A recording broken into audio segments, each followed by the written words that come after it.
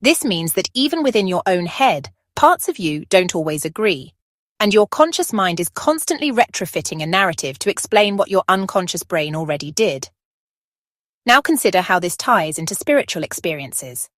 In deep meditation, advanced practitioners often report a disappearance of the ego, emerging with something larger, timeless, and impersonal. Sam Harris, a neuroscientist and meditation teacher, often speaks about how mindfulness helps you see thoughts and feelings arising on their own, not from a core self. And brain scans show that during such states, the default mode network, the area associated with self-referential thinking, goes quiet. It's as if the me switch gets turned off.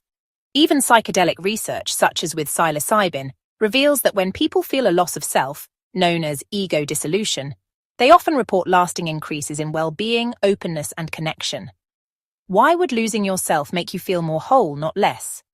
Because maybe the illusion of self is what isolates us, stresses us, makes us cling to things. And maybe what we call enlightenment is the simple realization that we are not separate and never were. But wait, does this mean the self is totally fake? Not necessarily. Illusions can still be functional, just like a mirage tells you something about the heat of the road. The self is a kind of mental shortcut that helps us survive, plan, and relate. You can still use I and me without being tricked into thinking there's a solid entity behind it. Kind of like using a username online. You know it's not the real you, but it helps you navigate the system. The real question is not whether the self exists, but how it exists. Is it like a wave, real, but only as long as certain conditions hold? Is it like a movie character, compelling but ultimately scripted?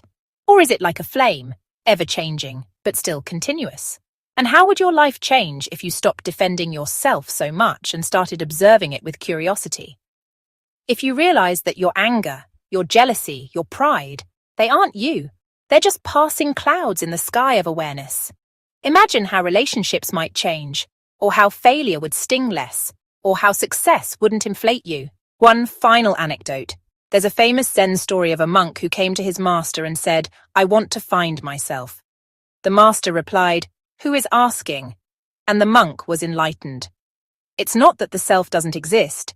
It's that it doesn't exist in the way we think it does. It's not a solid statue, but a flowing river. And when you stop grasping at it, you might just find something even deeper. Not the illusion of self, but the reality of being. So is the self an illusion or a reality? The answer may be, it's a useful illusion, arising within a deeper reality that's always been there, quietly watching, never separate. And maybe, just maybe, waking up to that truth is what we've been calling wisdom all along.